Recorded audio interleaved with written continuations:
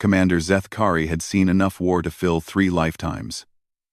The veteran Kralian warrior stood 7 feet tall, his blue-scaled hide marked with countless battle scars from conflicts across 12 star systems. Each mark told a story of survival, of pain endured, and enemies defeated. The cybernetic replacement where his left eye once was glowed a soft amber, scanning the pristine medical bay of the human vessel. Endurance. The Galactic Council had assigned him to evaluate humanity's military capabilities before their formal acceptance into the Alliance.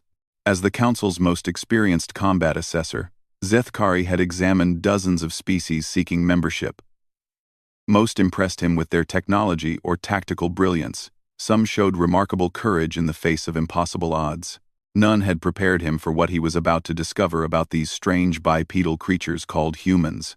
Captain Sarah Chen greeted him at the airlock with a firm handshake that surprised him.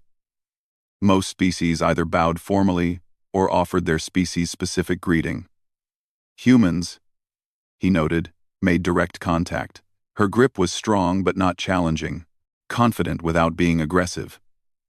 She was smaller than most warriors he knew, barely reaching his chest. Yet something in her dark eyes spoke of unshakable resolve. "Welcome aboard the Endurance, Commander Zethkari," she said, her voice carrying the kind of calm authority that came only from real command experience. "I understand you're here to assess our combat readiness." As they walked through the ship's corridors, Zethkari observed everything with professional interest. The vessel was functional rather than elegant, built for purpose rather than display. Human crew members moved with practiced efficiency, their movements economical and purposeful. Nothing seemed particularly remarkable about their physical capabilities. They were smaller than Kralians, less armored than Thoccan warriors, without the natural weapons of the Saurid Republic. "Your species is relatively new to interstellar conflict," Zethkari observed as they entered an observation deck overlooking the ship's main medical facility.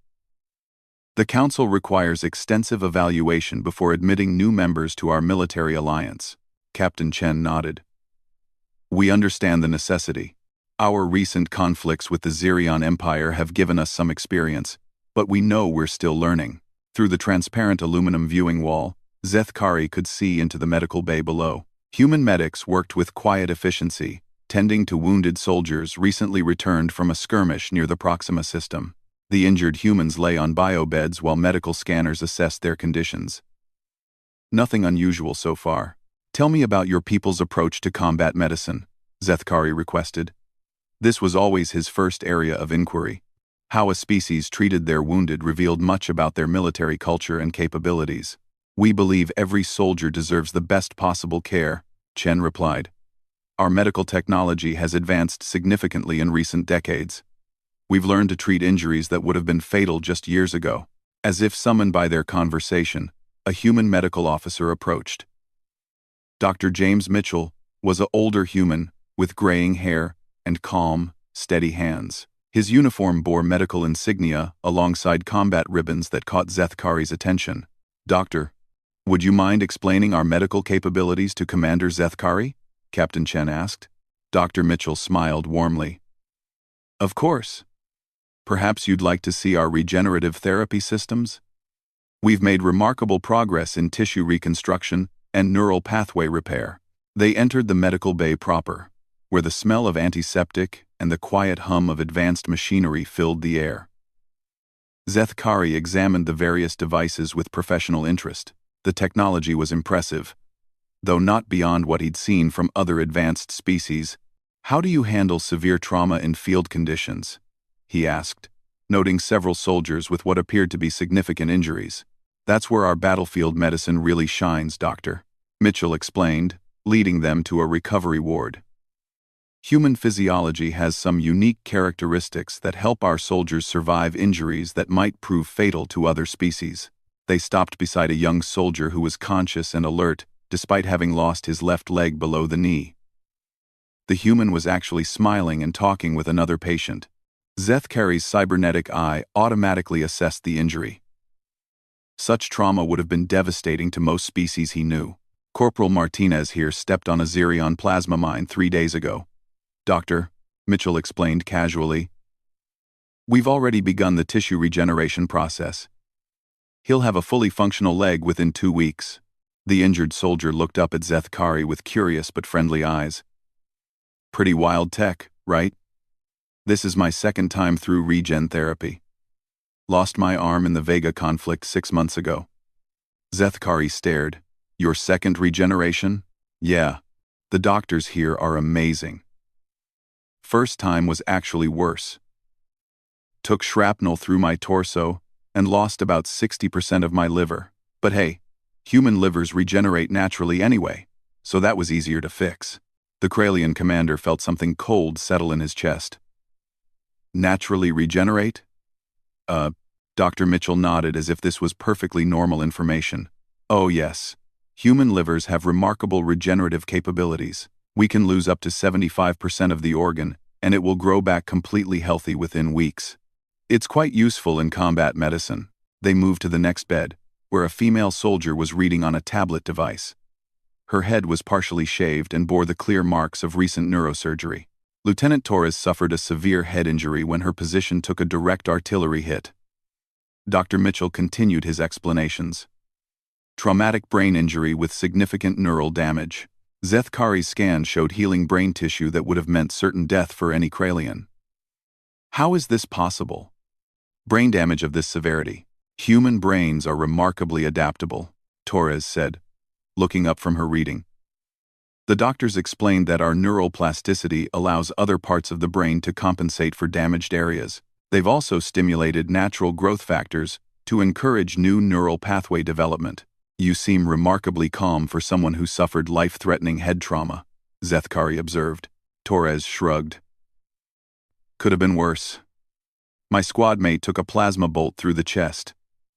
Completely destroyed one lung and damaged his heart. But humans can survive with just one lung, and hearts can be repaired or even replaced entirely. The Kralian commander was beginning to feel deeply unsettled. In his species, such injuries would mean certain death. Even with the best medical technology, Kralian biology simply couldn't recover from such massive trauma. They continued through the medical facility, each patient revealing new impossibilities. A soldier who had survived massive blood loss that should have been fatal. Another who was recovering from injuries that had destroyed major muscle groups, which were somehow growing back stronger than before. I don't understand, Zethkari finally said. These injuries. How do your soldiers remain functional with such extensive damage? Dr. Mitchell paused, seeming to consider his words carefully. Commander, what's your species' pain tolerance threshold? At what point does physical trauma render a Kralian warrior combat ineffective? Zethkari's scarred hide rippled slightly. Kralian warriors are trained from birth to endure significant pain. We can function through injuries that would incapacitate most species. A true Kralian warrior might continue fighting with broken bones, severe lacerations, even partial limb loss. That's impressive, Doctor, Mitchell said genuinely. Human physiology approaches pain differently. We have natural chemical systems that help us function through trauma that would be overwhelming to most species. They approached a soldier who was calmly eating lunch, despite having both arms in regenerative braces. Sergeant Kim here continued coordinating his squad's defense for 47 minutes after losing both hands to plasma fire. Dr. Mitchell explained. He maintained radio contact, directed tactical movements, and even helped evacuate wounded teammates, using voice commands and emergency stimulants his body naturally produced under extreme stress. Sergeant Kim looked up and grinned. Adrenaline is a hell of a drug. Plus, you'd be surprised what you can do with your teeth when you have to. Zethkari felt his world shifting. You continued fighting for nearly an hour with no hands? Had to. My squad was pinned down and I was the ranking officer. The mission doesn't stop just because you get hurt. The Kralian commander's cybernetic eye was recording everything, but he found himself struggling to process the information. These humans spoke of surviving impossible trauma as if it were routine. More disturbing still, they seemed to consider continuing to fight through such injuries as simply doing their job. Doctor, Zethkari said slowly, what percentage of humans survive injuries that require major organ regeneration or replacement? With proper treatment, nearly 90%. Human bodies are remarkably resilient. We've had soldiers survive injuries that destroyed multiple organs, extensive neural damage, massive blood loss, and severe burns covering most of their body surface. And they return to active duty? Most choose to, yes. Some require extended rehabilitation. But human psychology is as resilient as our physiology. We have strong social bonds that help individuals recover from trauma, and our culture values perseverance through adversity. Captain Chen, who had been quietly observing Zethkari's growing shock, spoke up.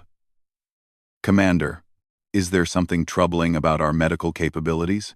Zethkari turned to face her, his amber cybernetic eye focusing intently. "Captain, in my evaluation of 43 species for council membership, I have never encountered biology capable of surviving and recovering from such extensive combat trauma. Most warriors consider themselves fortunate to survive, injuries requiring single organ repair or limb replacement." "I see," Chen said thoughtfully.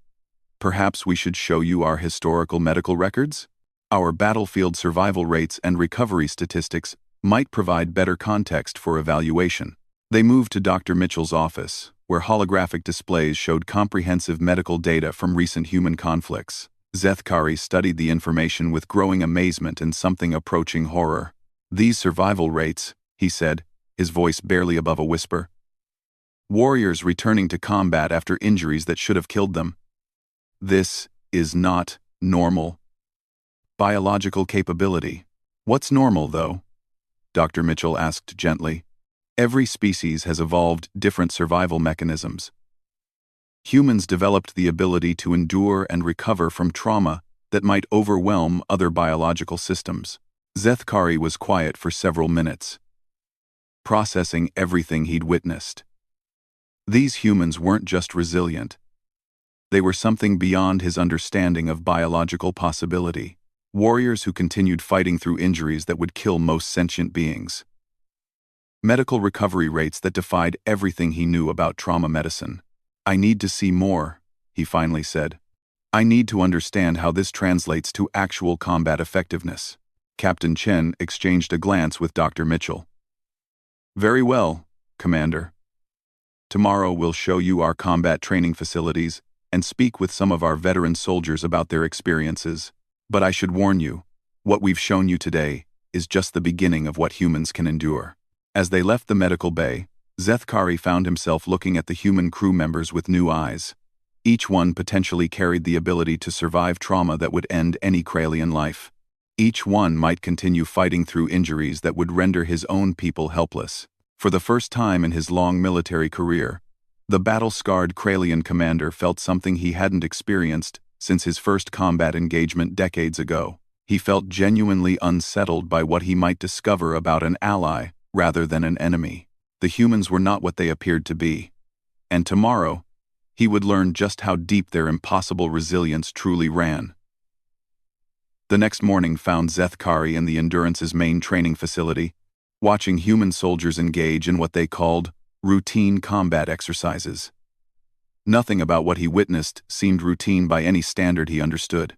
Captain Chen stood beside him on the observation deck, while below them, squads of human soldiers moved through elaborate combat scenarios. The training environment could simulate everything from zero-gravity boarding actions to high-radiation planetary assault conditions. "Today's exercise simulates a rescue mission on a hostile world," Chen explained. "The scenario includes environmental hazards, enemy contact, and casualty evacuation under fire." Zethkari activated his cybernetic eye's recording function and began analyzing the human soldier's performance. What he saw in the first few minutes fundamentally challenged his understanding of how warriors should behave under stress.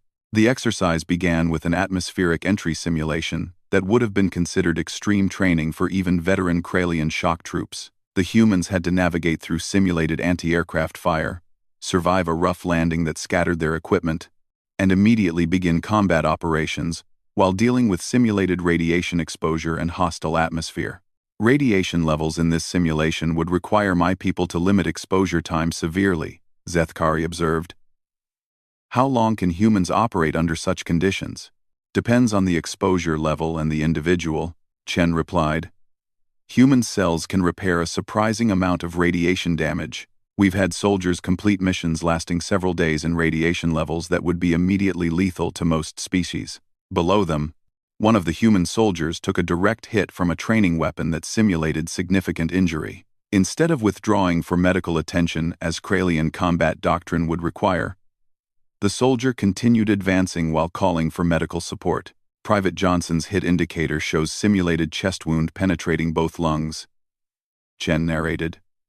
Standard protocol is to continue mission objectives while applying self-aid. Zethkari watched in fascination as the wounded soldier produced a small device from his equipment and administered what appeared to be an injection to himself. Within moments, his breathing normalized, and he resumed full combat effectiveness. What was that injection? The Kralian commander asked. Emergency combat stimulant.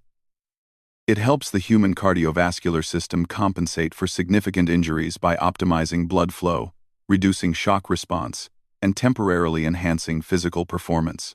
A human with properly administered combat stims can continue fighting through injuries that would otherwise be incapacitating. For how long? Several hours, depending on the severity of trauma. We've documented cases of soldiers completing entire mission objectives with injuries that should have rendered them unconscious. The exercise continued with the human squad encountering what the scenario labeled as overwhelming enemy force. Standard Kralian doctrine would call for tactical withdrawal and regrouping. The humans chose a different approach. Contact front, heavy resistance. The squad leader's voice came through the communication system. Instead of falling back, Zethkari watched the humans coordinate what could only be described as a suicidal frontal assault on a fortified position. This tactical choice seems inadvisable, Zethkari commented. The enemy position has clear advantages in both firepower and defensive positioning. Watch their execution, Chen suggested calmly. What followed defied every tactical principle Zethkari had learned in 4 decades of military service. The humans advanced directly into heavy fire while maintaining formation and mutual support. When soldiers were hit by training weapons, they didn't fall back or seek cover. They continued advancing while applying self-aid, some even increasing their rate of fire. One soldier took multiple hits that the simulation registered as severe injuries to both legs and his left arm. By all reasonable standards, he should have been combat ineffective. Instead, he used his remaining functional arm to deploy a portable weapon mount and continued providing covering fire for his advancing teammates. Corporal Davis shows simulated injuries that would typically require immediate evacuation, Chen explained. But human combatants are trained to remain effective contributors to their unit's mission success, even when severely wounded. How is this possible? Zethkari asked, his voice tight with something approaching disbelief. Before Chen could respond, the exercise reached its climax. The human squad had successfully assaulted the enemy position, despite taking casualties that should have rendered them combat ineffective. Now they faced the final challenge, extracting wounded civilians under fire while several of their own members were simulated as severely injured. What happened next would haunt Zethkari's memory for years to come.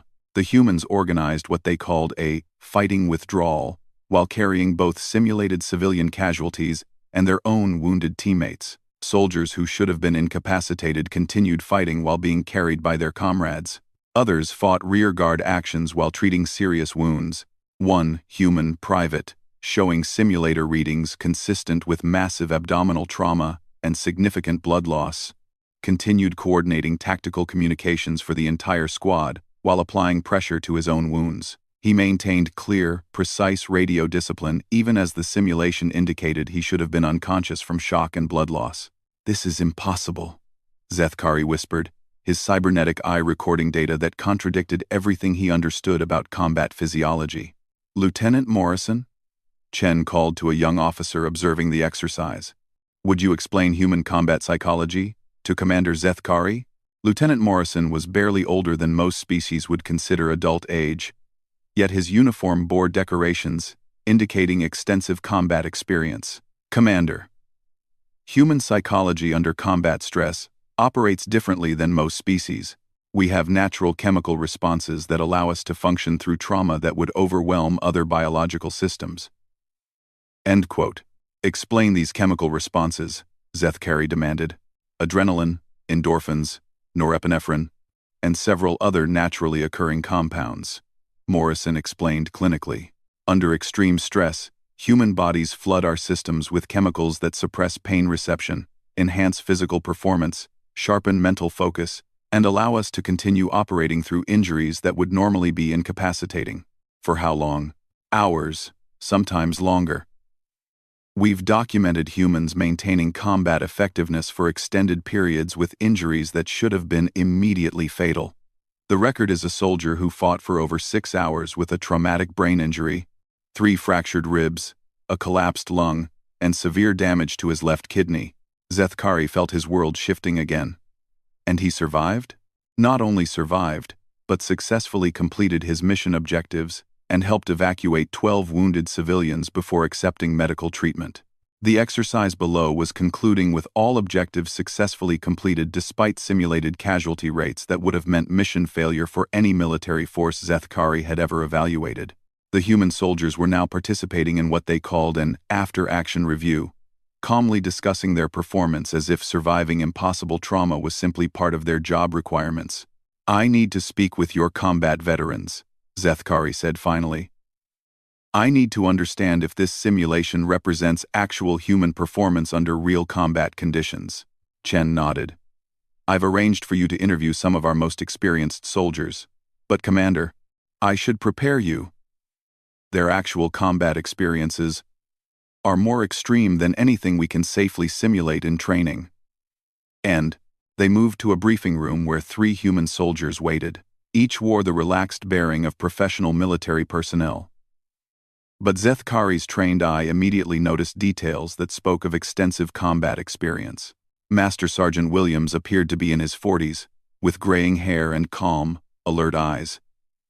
Staff Sergeant Rodriguez looked younger but carried herself with the quiet confidence of a veteran warrior. Corporal Zhang seemed barely out of adolescence, yet wore decorations indicating significant combat service. "Gentlemen, lady," Chen began. "Commander Zethkari is evaluating human military capabilities for the Galactic Council. He'd like to hear about your actual combat experiences." Master Sergeant Williams leaned back in his chair. "What would you like to know, Commander? Tell me about the most severe injuries you've sustained while remaining combat effective," Zethkari said directly. Williams considered the question. "Probably the Kepler-7 engagement. Took shrapnel through my left lung and abdomen when our position got hit by artillery. Lung collapsed completely, and I was losing blood fast enough that our medic said I'd be unconscious within minutes." "What did you do?" "Kept fighting. Had a squad to lead and civilians to evacuate. Our medic gave me a combat stim pack and showed me how to seal the chest wound well enough to maintain partial lung function. I led my squad for another 4 hours until we reached the extraction point." Zethkari stared. "You continued leading combat operations with a collapsed lung and severe abdominal wounds for 4 hours?" "Had to. My squad needed leadership, and those civilians needed protection. You don't quit on people depending on you just because you're hurt." Staff Sergeant Rodriguez spoke up. "That's nothing compared to what happened to Sergeant Chen on Rigel 4.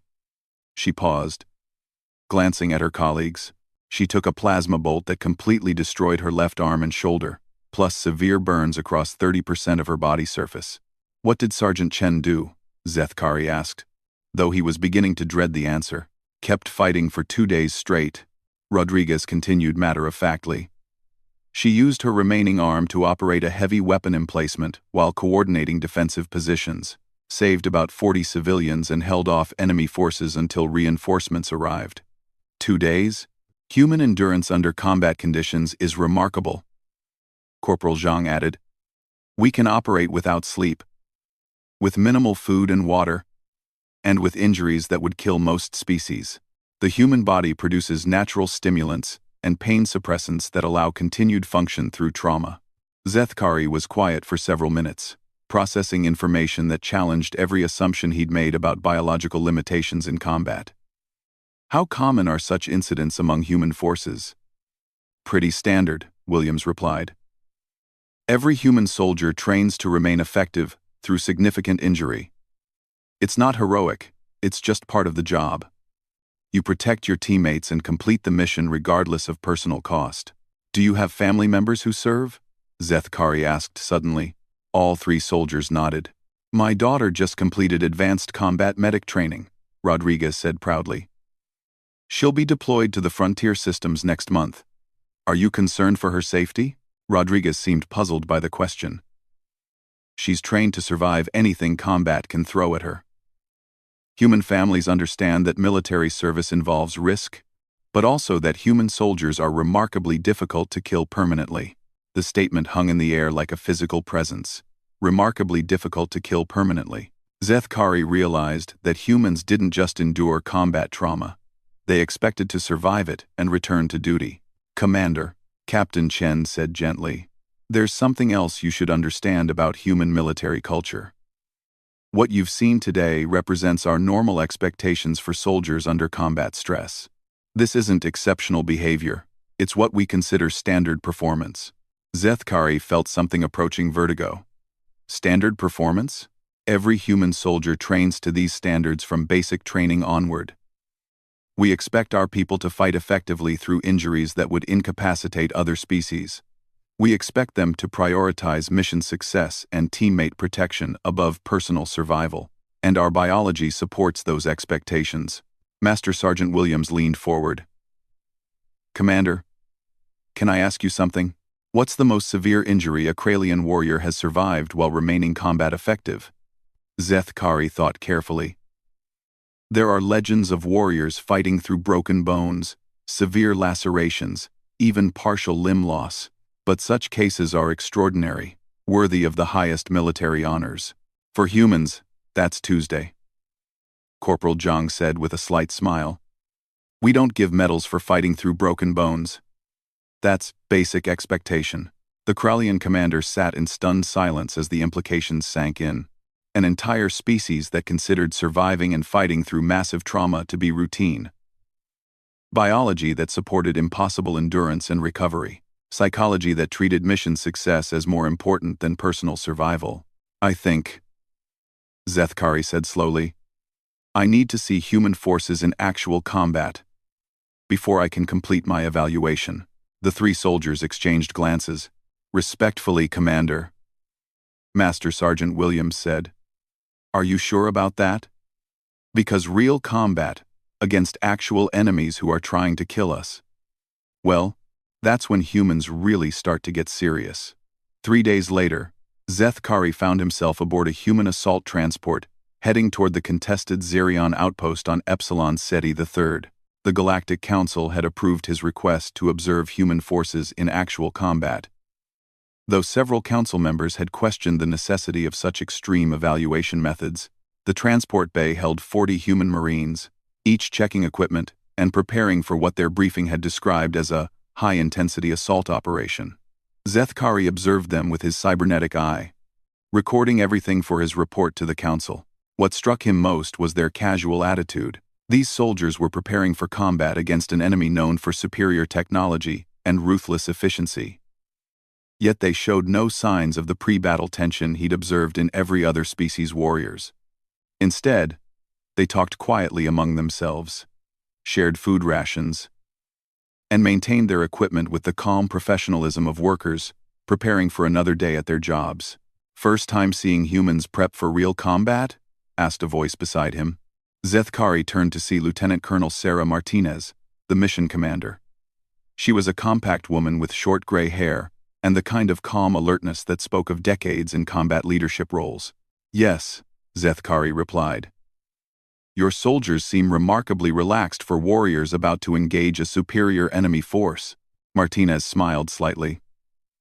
Humans have learned that getting worked up before a fight just wastes energy you'll need later. Better to stay calm, check your gear, and trust your training. The briefing indicated you expect heavy resistance. Zerion forces have superior individual combat capability and better weapons technology. That's true, Martinez acknowledged. Zerions are tougher, faster, and better armed than humans. In a fair fight, they'd probably win. Then why are your soldiers so confident? Because humans don't believe in fair fights, Commander. We believe in winning. The transport shuddered as they entered the planet's atmosphere. Around them, Marines began final equipment checks with practiced efficiency. Zethkari noticed several soldiers injecting themselves with devices similar to what he'd seen in the medical bay. Pre-combat enhancement?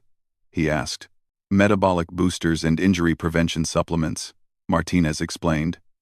Helps optimize human performance under combat stress and improves survival rates if we take damage.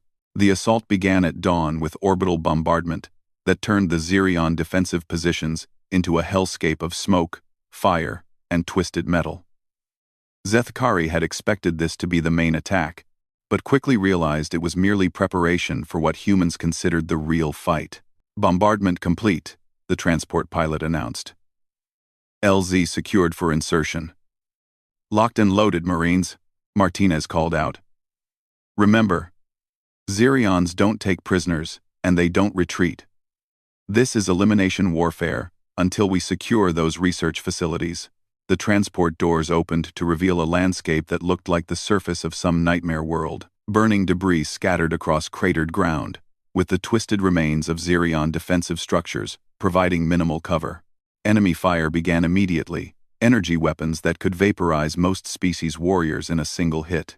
What happened next shattered every assumption Zethkari had about combat effectiveness. The humans didn't seek cover. They didn't establish defensive positions or wait for support. They charged directly into the Zerion fire lines while returning accurate shots and coordinating assault tactics through voice communication that remained calm and professional despite the chaos around them. Zethkari watched through his cybernetic eye as the first human Marine took a direct hit from a Zerion plasma rifle. The energy blast should have killed any biological being instantly. Instead, the Marine stumbled, cursed creatively, and continued advancing while his armor systems sealed the breach and administered emergency medical treatment. Marine down, someone called. Negative, the hit Marine responded immediately. Still mobile. Still in the fight. Within 30 seconds, the same Marine was providing covering fire while two of his teammates flanked a Zerion position. The alien commander couldn't process what he was seeing. The human had survived a direct energy weapon hit that would have reduced a Kralian warrior to component atoms. How? He whispered. Lieutenant Colonel Martinez, advancing beside him with casual disregard for the energy blasts filling the air around them, heard his question. Human combat armor includes reactive defense systems. When it detects incoming energy weapons, it disperses the impact across the entire suit surface and channels excess energy into our biological systems gradually. That should still cause massive system shock. It does. But humans can operate through system shock that would incapacitate other species. Our cardiovascular and nervous systems are designed to function under extreme stress.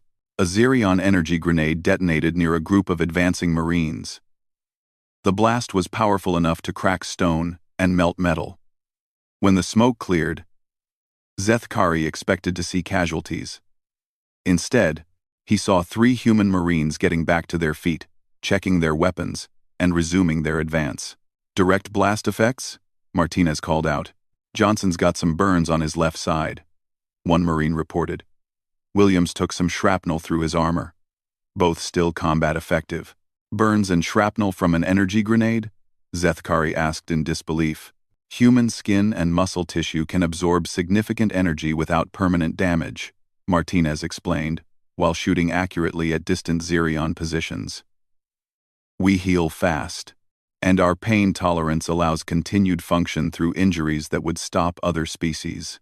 The assault continued across terrain that should have been impossible to traverse under fire. Humans advanced through energy weapon barrages that lit up the landscape like a lightning storm. Coordinated tactical movements while wounded teammates continued contributing to the fight and maintained unit cohesion despite casualty rates that would have broken any other military force Zethkari had observed. What truly amazed him was their reaction to injury. When Marines were hit by Zerion weapons, they didn't withdraw or require evacuation. They applied field treatment to themselves while continuing to fight, often with increased aggression rather than decreased capability. Contact left, a Marine called out. Heavy Zerion position with overlapping fields of fire. Alpha team, flank right, Martinez ordered. Bravo team, suppressive fire. Charlie team, Direct assault through their kill zone. Zethkari watched in stunned silence as Charlie team did exactly what their commander ordered, charged directly into concentrated enemy fire that should have killed them all within seconds. Instead, they advanced through the energy blasts while laying down covering fire for their teammates and calling out tactical information. 2 Marines from Charlie team took direct hits that penetrated their armor and caused obviously serious injuries. Neither fell back. One continued advancing while applying a tourniquet to his own leg. The other used his rifle as a crutch while maintaining accurate fire on Zirian positions. This is not possible, Zethkari said to himself. But his cybernetic eye was recording proof that it was not only possible, but apparently routine for human forces. The breakthrough came when human forces reached the main Zarian defensive complex. The enemy had prepared interlocking fields of fire that should have made approach impossible for any biological force. The humans solved this problem in a way that defied every principle of tactical warfare Zethkari understood. They divided into small teams and approached from multiple directions simultaneously, accepting that most of them would be hit by defensive fire. As Zirion energy weapons targeted the advancing humans, the Marines continued their advance while coordinating precise return fire. Those who were hit kept fighting while applying self-aid. Those who reached cover provided suppressive fire for teammates still advancing. Within 15 minutes, human forces had penetrated defensive positions that should have held indefinitely against biological attack. The Zirions, faced with attackers who simply refused to be stopped by weapons that should have been overwhelmingly effective, began to show signs of something Zethkari had never observed in the warrior species before. They began to retreat. Zarion forces withdrawing from the outer perimeter. A Marine reported over tactical communications. Estimate 40% of their force pulling back to secondary positions. Impossible, Zethkari whispered. Zirions don't retreat. They fight to the death or until victory. They do when facing humans, Martinez replied, matter-of-factly. Zarion combat psychology is based on the assumption that causing sufficient casualties will stop enemy advances. When facing humans, that assumption breaks down. The final assault on the Zirion research complex revealed the full extent of human combat capability. Enemy forces had prepared killing fields, designed to stop any conceivable biological attack, automated defense systems that could track and eliminate individual targets with precision. Energy barriers that should have been impassable. The humans simply ignored these obstacles and continued attacking. Zethkari watched Marines advance through automated fire that hit them repeatedly, apply field medical treatment to themselves while under fire, and continue coordinating unit tactics while dealing with injuries that should have rendered them unconscious. They breached energy barriers by absorbing the defensive system's output until the barriers overloaded. They destroyed automated weapons by accepting that they would be shot while advancing to close combat range. The sight of human soldiers fighting in close quarters with Zirion warriors was something that would haunt Zethkari's memory forever. Zirions were larger, stronger, and naturally armed with claws that could rend metal. They should have dominated any close combat engagement. Instead, Zethkari watched humans coordinate team attacks that compensated for individual physical disadvantages, continue fighting through injuries that would have killed most species, and display a level of tactical viciousness that shocked even the Zirions. When one Marine was clawed across the chest in wounds that opened his armor and caused massive bleeding, his response was to grab his attacker and signal for his teammate to use explosives on both of them. The explosion killed the Zirion and left the human badly wounded but still conscious and still fighting. "Medic!" the wounded Marine called out. "Need patch-up and stims?" "Then I'm back in the fight." "How severe?" the unit medic asked, while providing covering fire. "Chest lacerations, possible internal bleeding. But nothing that'll stop me from completing this mission." Within minutes, the Marine was back in action, with field bandages, combat stimulants, and a determination to finish what his unit had started. The Zirion research complex fell within 3 hours. An installation designed to withstand siege warfare by superior forces was taken by direct assault by infantry who simply refused to be stopped by injuries, defensive systems, or tactical disadvantages. As human forces secured the facility and began casualty assessment, Zethkari found himself staring at statistics that contradicted everything he'd believed about combat effectiveness.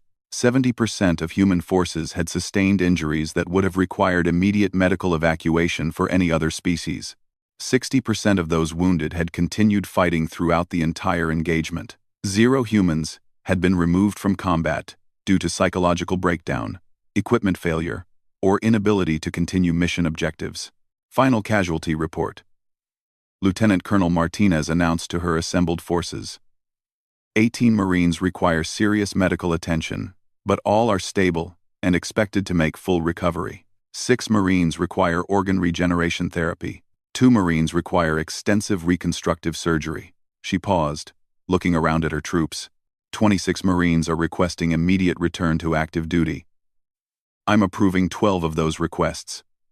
The rest of you get mandatory medical leave until the docs clear you for combat operations. Several wounded Marines grumbled about being forced to accept medical treatment instead of continuing with their unit. Zethkari approached Martinez as the human forces prepared for extraction. Colonel, I need to understand something. Your casualties, those Marines who sustained serious injuries but continued fighting, is this behavior trained or natural? Martinez considered the question. Both, I suppose. Human biology allows us to function through trauma that stops other species. Our culture teaches us that protecting teammates and completing missions is more important than personal safety. Military training builds on those natural capabilities. And your soldiers accept this? Commander, human soldiers volunteer for this. Nobody forces us into military service. We choose to serve because we believe protecting others is worth personal risk. Zethkari was quiet for several minutes as he processed everything he'd witnessed. Colonel, in all honesty, I'm not sure the Galactic Council is prepared for what humans represent.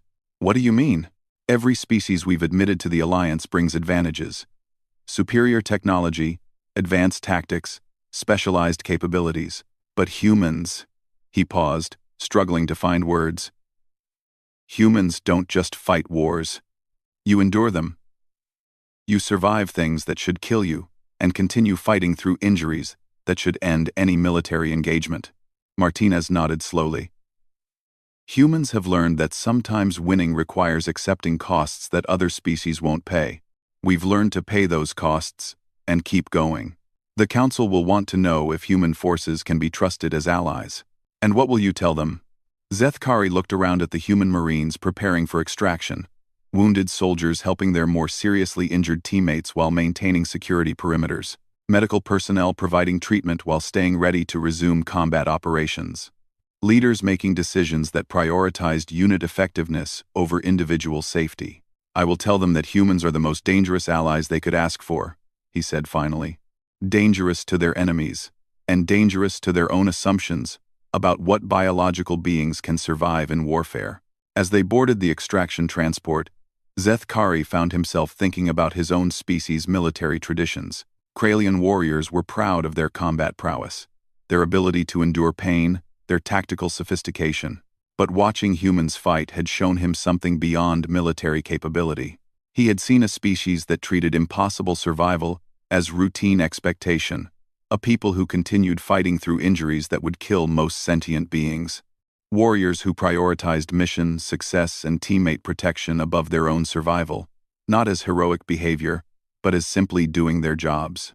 The transport lifted off, carrying human forces who were already planning their next mission while receiving medical treatment for injuries that should have ended their military careers. Zethkari started composing his report to the Galactic Council, knowing that no words could adequately convey what he'd witnessed. Humans weren't just another species seeking Alliance membership. They were something entirely beyond the Council's experience with biological warfare capability. As the Endurance came into view, Zethkari realized his evaluation was complete, but he also knew that understanding humans, truly comprehending what they represented, would take much longer than any Council assessment process could provide. These strange, resilient, impossible creatures had just redefined everything he thought he knew about the nature of warfare itself.